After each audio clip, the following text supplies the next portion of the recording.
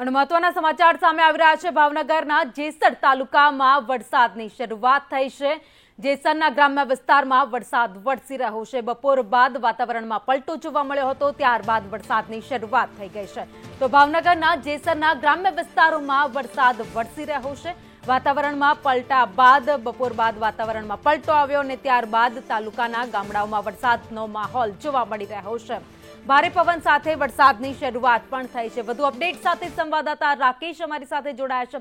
રાકેશ, ભાવનગરના જેસર તાલુકામાં અત્યારે ધોધમાર વરસાદ। જી, ભાવનગરના જેસરના ગ્રામ્ય વિસ્તારોમાં બપોર પછી વાતાવરણમાં અચાનક પલટો આવ્યો હતો અને ભારે પવન સાથે વરસાદ શરૂ થયો છે। ત્યારે રાજપરા, જૂનાપદર, શેરડીવદર અને અયાવેજ ગામે વરસાદ જોરદાર પવન સાથે શરૂ થયો હતો। તેની સાથે જ લાઇટ પણ ગુલ થઈ જવા પામી છે અને શેરડીવદરના ગામોમાં કેળના વૃક્ષોમાં પણ પવન સાથે વરસાદ આવતા વૃક્ષો ઢળી પડ્યા છે। વરસાદને લઈને ઠંડક પસરી છે અને વાવણી લાયક વરસાદ જોવા મળ્યો છે।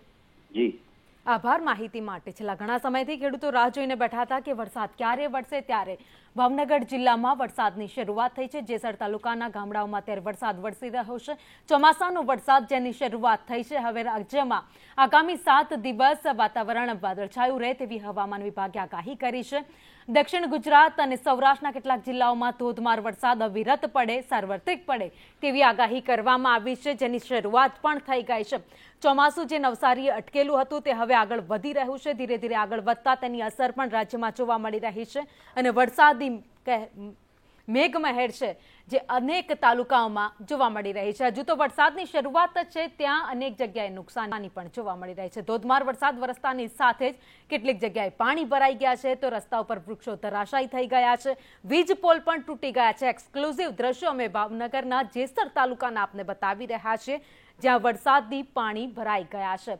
વરસાદ બપોર બાદ શરૂ થયો હતો, ઝરમર વરસાદ વરસ્યો અને ત્યારબાદ પવન સાથે વરસાદની શરૂઆત થઈ ગઈ। વધુ અપડેટ સાથે ભાવનગરથી સંવાદદાતા મયુર દવે અમારી સાથે જોડાઈ ગયા છે। મયુર, ભાવનગર જિલ્લામાં વાતાવરણમાં પલટા બાદ વરસાદની શરૂઆત, મેઘરાજા મહેરબાન થયા છે। જી ભાવની ચોક્કસથી કહી શકાય કે ભાવનગર જિલ્લા ઉપર મેઘરાજાની મહેર વરસાઈ હોય તેવું લાગે છે, કારણ કે જે રીતે ઉનાળાના અસ્ય બફારા બાદ કહી શકાય કે મેઘરાજાનું જે આગમન થયું છે તેને લઈને વાતાવરણમાં પણ ઠંડક પસરી છે।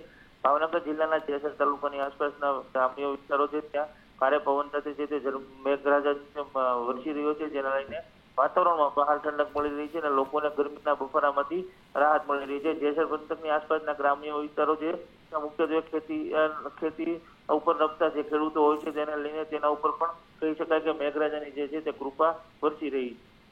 આભાર માહિતી માટે। ઘણી રાહ જોવડાવ્યા બાદ હવે મેઘરાજા મહેરબાન થયા છે અને વરસાદ વરસવાની શરૂઆત થઈ ગઈ છે।